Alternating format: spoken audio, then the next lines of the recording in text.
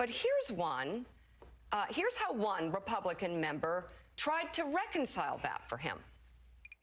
Did you listen to the McCarthy audio that was released? Sure I did. And what was your response as an American? My response was that it was edited. You see, I know the art of editing. So I'm not sure. I'm not sure in what context. My God. My God. Mark I know her. Leibovich, She knows so much better. Mark, I passed this one to you, my friend.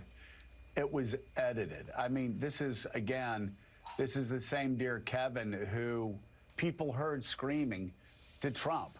This is the same dear Kevin that bragged about screaming to Trump. This is the same dear Kevin caught on tape saying that Donald Trump was paid off by Vladimir Putin. Swear to God.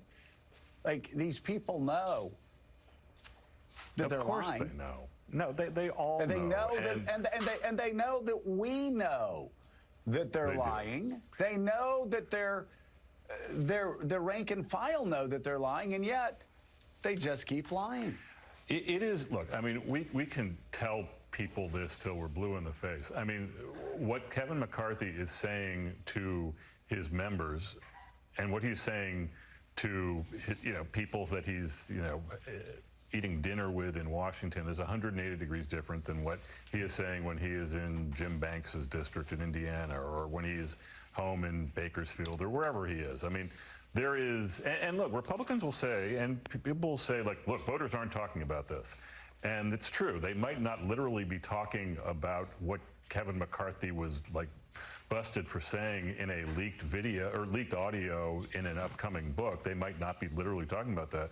But the idea that voters are so routinely and so casually lied to by a group of people and then go back and are essentially laughing about it is, I think, offensive to a lot of voters if they, understand the contours of what's being done to them and the way they're being patronized. It's also offensive to our democracy to denigrate the truth. Corrosive. I mean, it's very corrosive. I mean, yesterday, all day, we talked about a freedom fighter, a fighter for democracy, someone who knows how damaging this type of behavior is. So I don't know what points Congresswoman Maria Salazar was getting in that moment, totally manipulating the truth. And she went on, actually saying, gosh, January 6th was bad, but God, why are we still talking about it? This is your problem because you want to keep making headlines. No, the question is, do we ever want to see January 6th happen again? And if there is no accountability, don't you want to see accountability for January 6th and assault on our Capitol, where Vice President Mike Pence's life was threatened, Nancy Pelosi's life was threatened, the place was ransacked?